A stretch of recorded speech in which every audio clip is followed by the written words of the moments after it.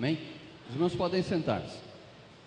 Nós teremos um momento agora em que estaremos orando por motivos de gratidão. Eu sei que você tem no seu coração alguma coisa a agradecer. E nós queremos agradecer. Diante de Deus, vamos colocar os nossos corações para agradecer. Nós temos particularmente, hoje, alguns irmãos da igreja que estão aniversariando. Nós temos aí o Miro, não sei se ele está aqui, se está lá fora. Está lá fora, ok. E temos a irmã Tina, está fazendo aniversário hoje, já fez mais de 30, e o Miro também já fez mais de 40, ok, também é aniversariante?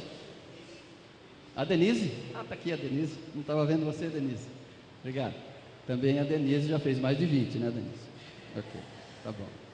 Então nós queremos agradecer a vida dessas pessoas.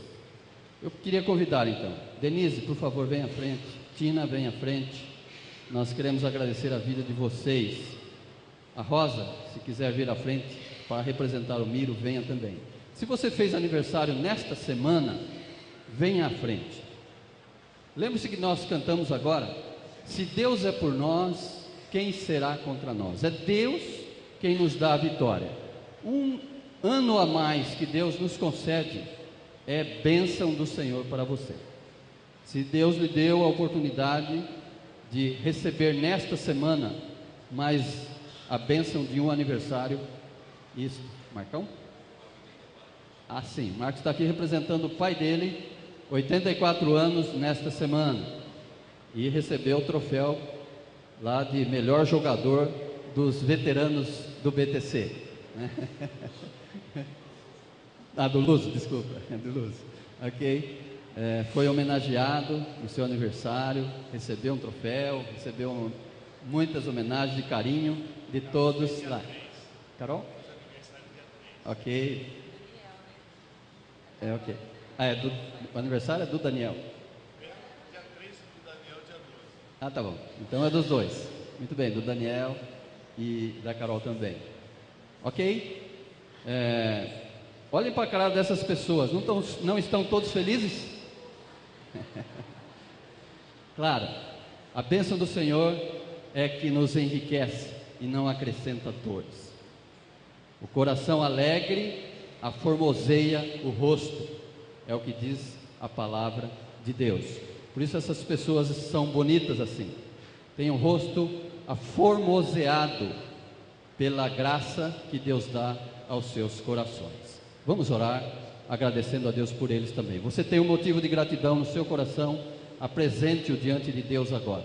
Deus, eu te agradeço pela vida, pela saúde, pela família, por tudo o que Deus tem dado a você de oportunidades para você reconhecer que se não fosse Deus, você talvez nem estivesse aqui neste momento. Vamos orar então e vamos agradecer.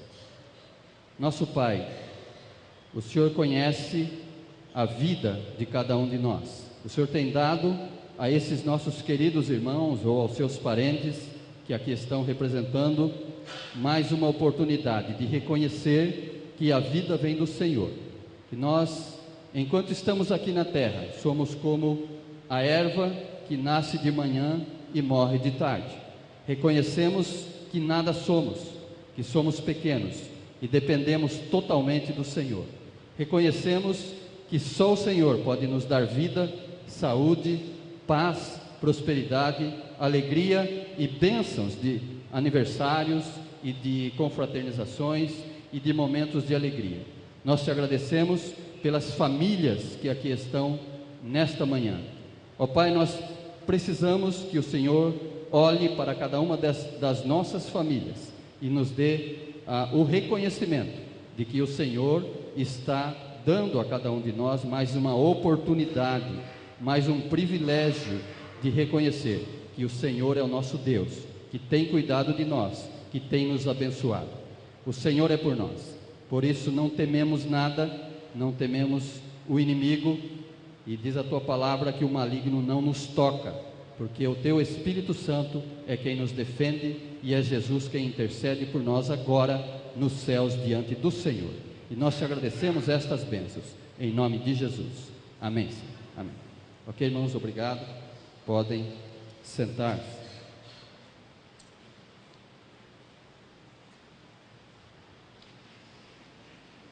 Muito bem, irmãos, nós ouviremos nesta manhã uma palavra de Deus. Irmão, tenha em seu coração, e quem vai falar agora não é o irmão Érico, é Deus quem vai falar a você, vai usar a palavra de Deus, e vai trazer a você a mensagem de Deus. Reconheça isso e pense nisso, para que você saia aqui desta manhã com a certeza de que não veio aqui à toa, de que não veio aqui por acaso, mas que Deus o trouxe aqui para ouvir a mensagem que Ele tem para você, para todos nós, para mim, para o Eric também. Certamente, quando Deus fala pelo mensageiro, o primeiro impactado pela mensagem é o próprio mensageiro.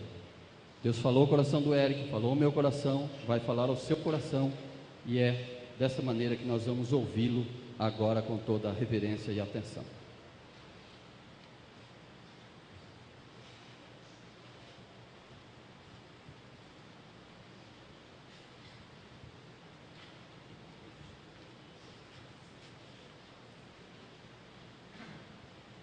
Bom dia, irmãos. Eu confesso que, apesar de incontáveis vezes ter subido esse púlpito, toda vez que Deus me dá esta oportunidade, eu me sinto um pigmeu de Deus, dada a responsabilidade que é estar ocupando esse ponto.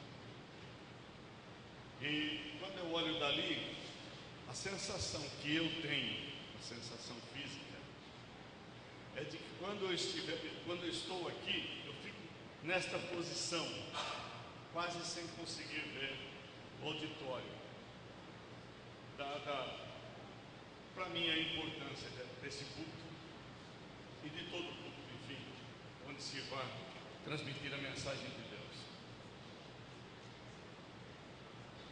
Vivendo esse momento que a igreja está vivendo agora, eu estava lembrando algumas coisas que aconteceram, algumas falas que as pessoas tinham no passado, têm hoje.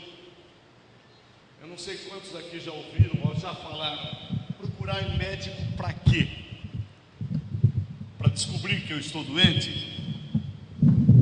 Por que é que eu vou buscar um médico se eu vou descobrir que eu estou doente? É melhor deixar a coisa quieta. Porque se... Está falhando muito o seu número. Diz que está falhando esse aqui. Ainda bem que não sou eu. É porque você está deixando muito. Ah, é? Tá bom então. Você não se preocupa com ele. Tá jóia. Obrigado, irmão Donias. Eu estava falando, a pessoa quando vai procurar um médico, ela acaba realmente descobrindo algum probleminha que tem. O homem tem tido a mania de buscar o médico quando está com problemas. Há pouco mais de 6 anos atrás, os irmãos se lembram, a Noêmia teve um mal-estar, eu fui acompanhá-la e no fim quem precisava fazer angioplastia era eu. Fui eu que recebi um stent no coração. Eu não procurei o médico por mim, procurei através da Noêmia. E nós temos duas atitudes quando nós vamos buscar um médico, ou depois de encontrarmos o problema da nossa saúde. Um deles é desprezar a orientação médica, desprezar qualquer orientação. Não buscamos o tratamento, não buscamos uma cura. E a outra é realmente fazer o tratamento, é buscar a cura. A medicina avançou bastante, o mundo avançou bastante. Quando eu era adolescente, eu procurei um dentista porque eu estava com o rosto arredondado. Feita a radiografia, o dentista disse: olha, você tem um cisto na raiz do seu dente. Vamos ter que extrair o seu dente. E eu perdi o segundo pré do lado direito inferior. Pouco tempo depois, repetiu-se o problema no segundo pré superior. Foi extirpado mais um dente. Depois, foi no primeiro molar do lado esquerdo inferior. Perdi o terceiro dente. Num período bem pequeno, não sei qual era o problema de saúde meu que gerava isso daí. E conversando ontem com a minha filha Milena, que é dentista, vocês sabem, ela é mestre em endodontia, perguntei se teria alguma saída. Ela disse: olha, pai, hoje teria, talvez na época não. A medicina de hoje é curativa. A antiga odontologia, a antiga era extrativa, e nós precisamos caminhar para a preventiva. Aqui evitaria todos esses problemas que eu tive. São histórias que parece que não tem nada a ver com o dia de hoje, né? Mas tem sim, vocês vão ver. Se nós abrirmos as nossas Bíblias no texto de Efésios, capítulo 1, vamos ler os versos de 1 a 6 no capítulo 4.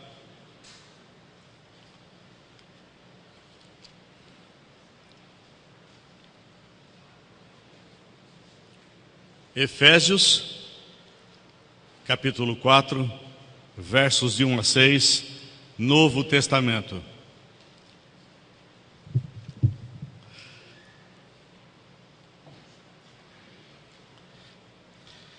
Nós encontramos a seguinte palavra através de Paulo: sede, pois, imitadores de Deus como filhos amados. Entrei no capítulo 5, capítulo 4.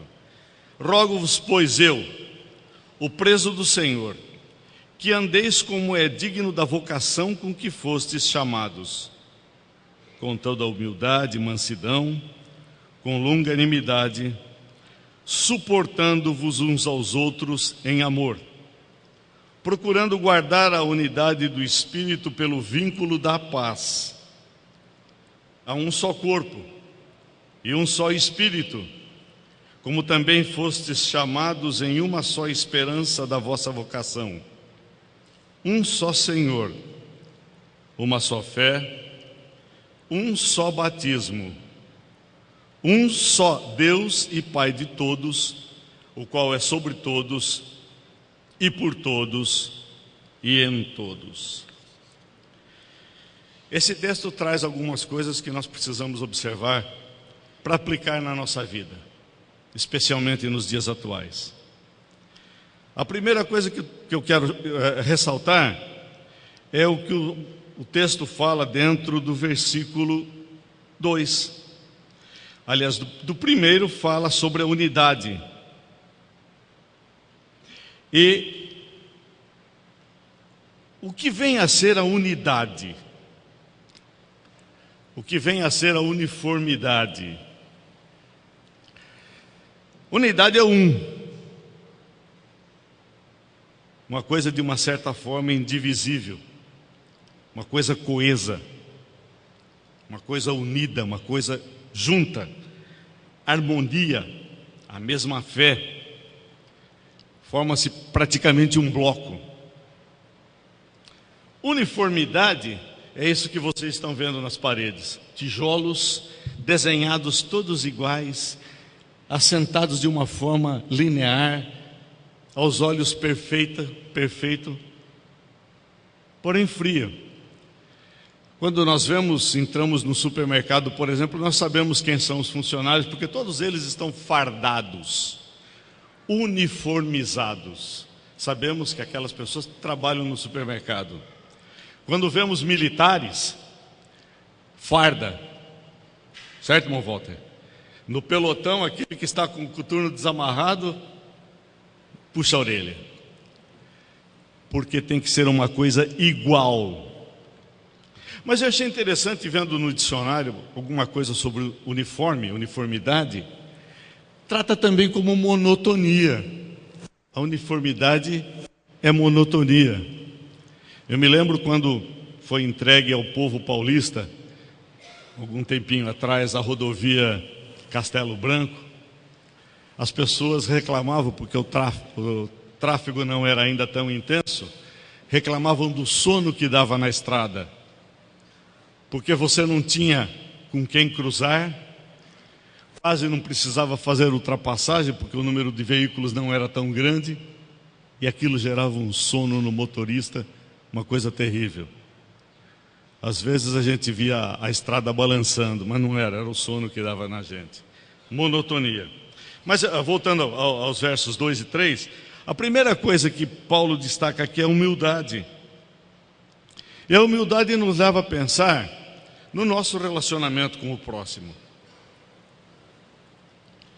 Quando nós tratamos de humildade, nós não podemos nos colocar como superior a ninguém. Nós não somos perfeitos. Ninguém neste mundo é perfeito. O texto bíblico diz: porque todos pecaram e destituídos estão da glória de Deus. Ninguém é livre de pecar. E é interessante, irmãos, quando nós apanhamos lá o texto no capítulo 20 do livro do Êxodo, quando nós lemos os 10 mandamentos, nós vemos que Deus não diz: este pecado é maior do que este outro.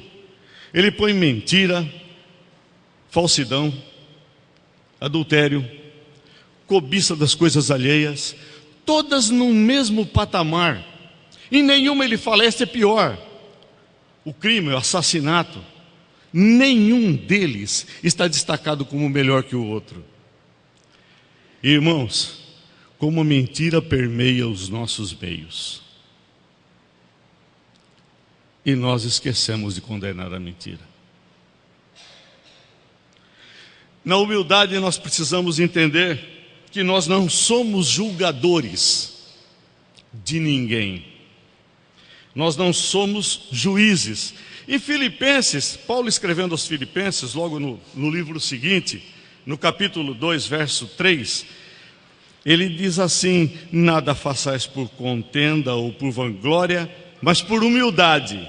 E ele coloca um destaquezinho sobre a humildade: cada um considere os outros superiores a si mesmos. Devemos encarar os outros como superiores a nós mesmos, não nós como melhores ou superiores a ninguém. Outra coisa que o verso destaca sobre a unidade do corpo é a mansidão. Mansidão e longanimidade. A mansidão, irmãos, é um caráter que é dado pelo Espírito ao homem, de não defender com unhas e dentes o que é seu, de não defender de uma maneira que possa extrapolar os seus direitos, as suas posições. Quem viu o filme sobre a história de Gandhi deve se lembrar quantas vezes ele chegou a ser pisoteado quando ele teria o direito de se levantar. Ele se humilhava. Gandhi não era cristão, mas serve de muito exemplo para os cristãos, especialmente os cristãos dos nossos dias. O pensamento antigo e o atual ainda é este: o humilhar-se indica fraqueza. O ser humilde, o ser manso diante de alguém, indica impotência, incapacidade de defesa. Mas Jesus deu o maior exemplo para nós, quando arguído por Pôncio Pilatos, Pôncio Pilatos sabendo quem era Jesus, Jesus não demonstrou o seu poder ali. Há muito tempo atrás eu vi num chaveirinho, eu ainda tenho em casa, uma figura de Jesus crucificado, e a expressão no rodapé: ele simplesmente poderia ter cruzado os braços. E se Jesus cruzasse os braços, quem teria poder de lhe abrir os braços para crucificá-lo? Mas ele fez isso porque ele ama você, porque ele me ama. E é isso que ele sempre disse nas Escrituras: amai-vos uns aos outros como eu vos amei, perdoai-vos uns aos outros como eu vos perdoei. E quando eu olho para a minha vida e vejo o que Cristo perdoou em mim, eu me sinto impotente para acusar qualquer pessoa. Suportando-vos com amor e com longanimidade. A longanimidade mostra uma paciência passiva. Uma paciência que a pessoa, mesmo quando vem a ser injuriada, ofendida, criticada e atingida, ela aceita com mansidão, com paciência. O texto fala suportando-vos uns aos outros, porque há realmente a necessidade de nos suportarmos uns aos outros. Não somos perfeitos, não somos justos, não somos os melhores do mundo. Somos pecadores atingidos pela misericórdia de Deus, sempre. Nós não temos o poder de julgar, em hipótese alguma. Apenas o dever de amar. Cabe-nos saber como é que nós gostaríamos de termos um julgamento no mesmo erro do irmão que nós estamos julgando. Troquemos as posições. Saiamos da cátedra de juiz e sentemos-nos na cátedra do réu.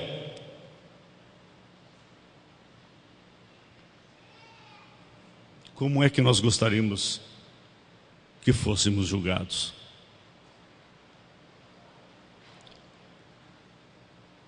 Os meus dentes eu perdi porque não havia meio, talvez, de recuperar.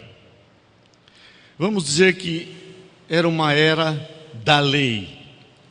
Era imposto que se extraísse o dente, para que pudesse haver uma cura da boca. É lógico que isso trouxe consequências no meu mastigar, a ausência desses dentes. Mas hoje nós estamos na era da graça. E se eu fosse o dentista hoje com o mesmo problema do passado, só em última instância eu perderia os meus dentes, porque haveria tratamento, haveria um cuidado diferente e os dentes seriam restaurados. O texto ainda fala procurando guardar a unidade do Espírito. Isto gera em nós a ideia, uma outra versão traz a ideia do esforçando-vos, para que haja unidade. A unidade não é fácil, irmãos. Paulo diz que nós somos pedras e pedras vivas. Eu sempre me pergunto e pergunto para as pessoas se alguém já encontrou duas pedras iguais. Todas as pedras são diferentes, os tijolos são iguais. Eles foram talhados, preparados, moldados, mas as pedras são diferentes. E Pedro acrescenta uma coisinha terrível: são pedras vivas. Nós somos pedras vivas. Nós podemos ver em tantos lugares paredes maravilhosas feitas com aquelas pedras enormes, unidas com umas menores e formam uma parede que fica irregular porque as pedras são diferentes, mas elas não se movem. Mas a igreja é formada de pedras vivas, gente que pensa, que age, que toma decisões diferentes, que faz coisas diferentes.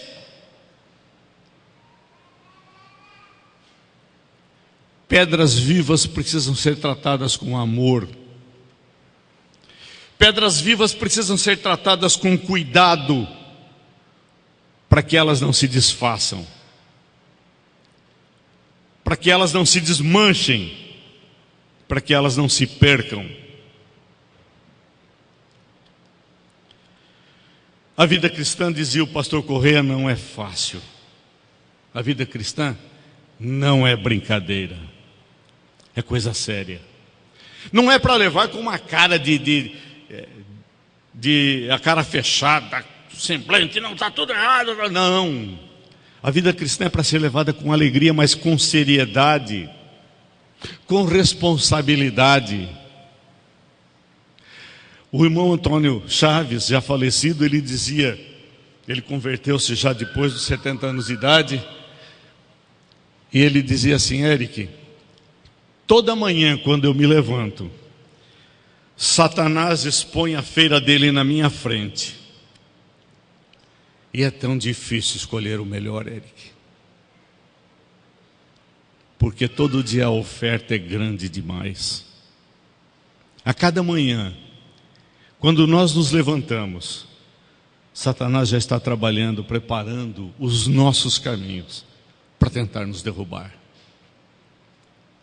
E sejamos sinceros, quantas vezes nós aceitamos as ofertas dele? Cada um de nós. Há alguém que nunca aceitou uma oferta de Satanás aqui?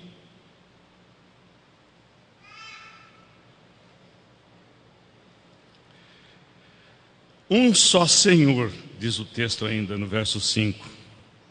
Uma só fé, um só batismo. E quando nós pensamos em um só Senhor, esse Senhor deve ser o Senhor, deve ser Deus. Não deve ser um líder. Não deve ser uma pessoa que tem influência, ou que por algum motivo tem o poder de decisão dentro da igreja. Lá no capítulo 18 do primeiro livro, do primeiro evangelho, Mateus, a partir do verso 15, Jesus está tratando sobre o perdão do próximo, o perdão do irmão. Mas lá nos versos de 18 a 20, ele diz o seguinte: em verdade vos digo que tudo o que ligardes na terra será ligado no céu, e tudo o que desligardes na terra será desligado no céu. Também vos digo que se 2 de vós concordarem na terra acerca de qualquer coisa que pedirem, isso lhes será feito por meu Pai, que está nos céus. Porque onde estiverem 2 ou 3 reunidos em meu nome, aí estou eu no meio deles.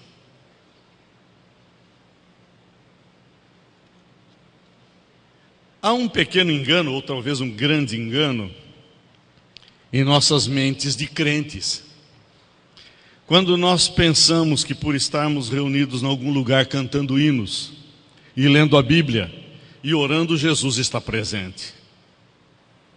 Absurda a minha afirmação? Parece, não é? Mas vamos ver novamente. O texto diz assim: porque onde estiverem 2 ou 3 reunidos em meu nome.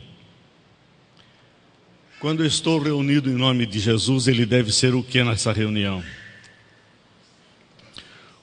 O centro, o Senhor. Ele deve conduzir. Irmão Jaiter, dá licença. O irmão Jaiter é uma autoridade constituída em nosso país. Uma autoridade das maiores da nossa cidade, por ser um juiz de direito.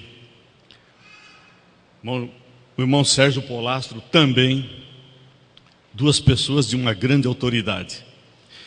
Mas se eu disser que amanhã nós vamos fazer uma reunião aqui em nome do irmão Jaiter, para decidir alguma coisa dentro da área jurídica, e nós convidamos o irmão Jaiter para estar presente, ele vem, só que ele não pode dar palavra nenhuma, porque toda palavra que ele vai dar, eu estou dirigindo a reunião e impeço, porque eu quero impor a minha ideia, eu quero impor aquilo que eu acho, aquilo que eu sinto, e ele não dá nenhuma palavra. E se ele for tentar dar a palavra, eu procuro isolar o que ele está falando.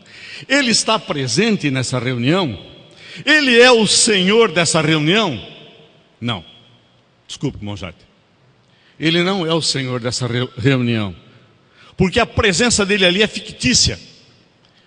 Tem o corpo, mas ele não está tomando qualquer atitude, qualquer decisão.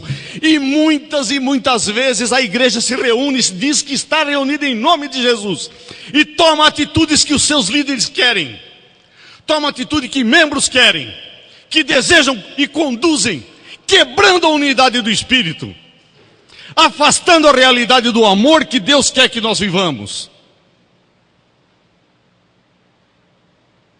E estamos reunidos em nome de Jesus. Quando nós nos reunimos em nome de Jesus, o que deve prevalecer é o que Ele pôs na Bíblia. É a palavra dele que está escrita aqui. E a palavra dele escrita aqui que mais me atinge é o perdão.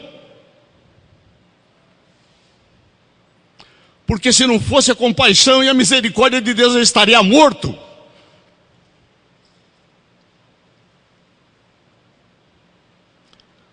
Porque eu já desejei matar alguém.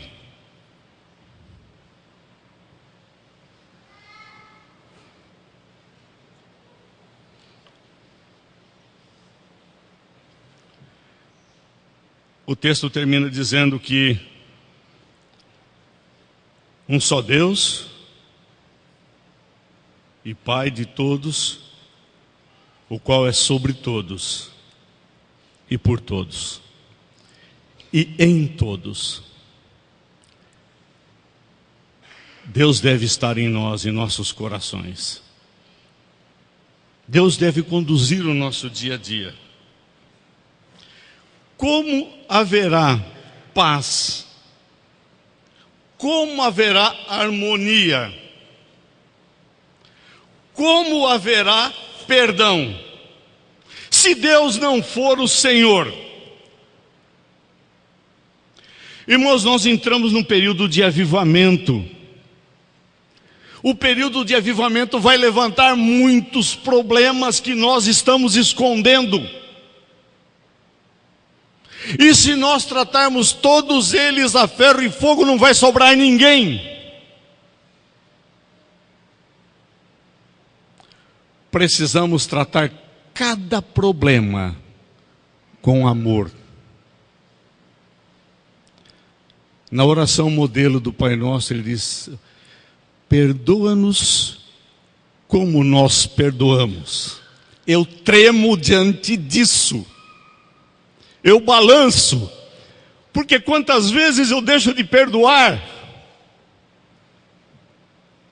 Quantas vezes me é mais fácil acusar?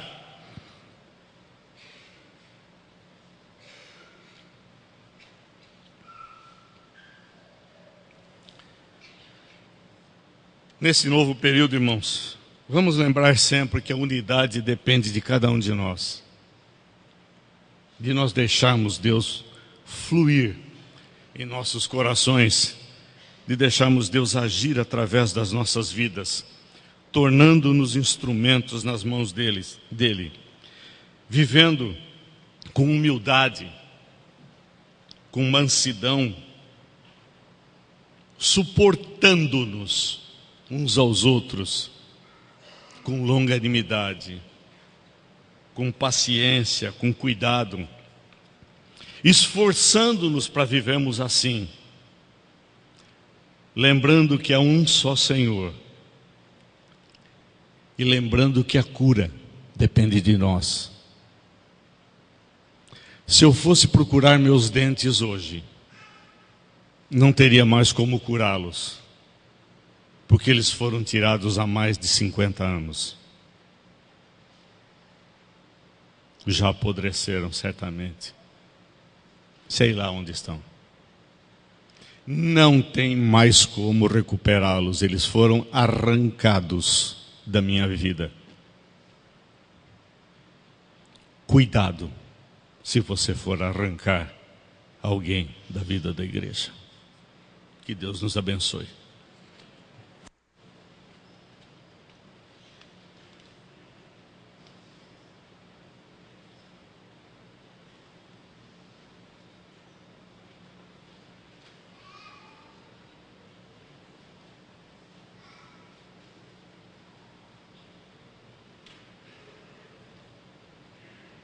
Vamos ficar em pé, vamos cantar.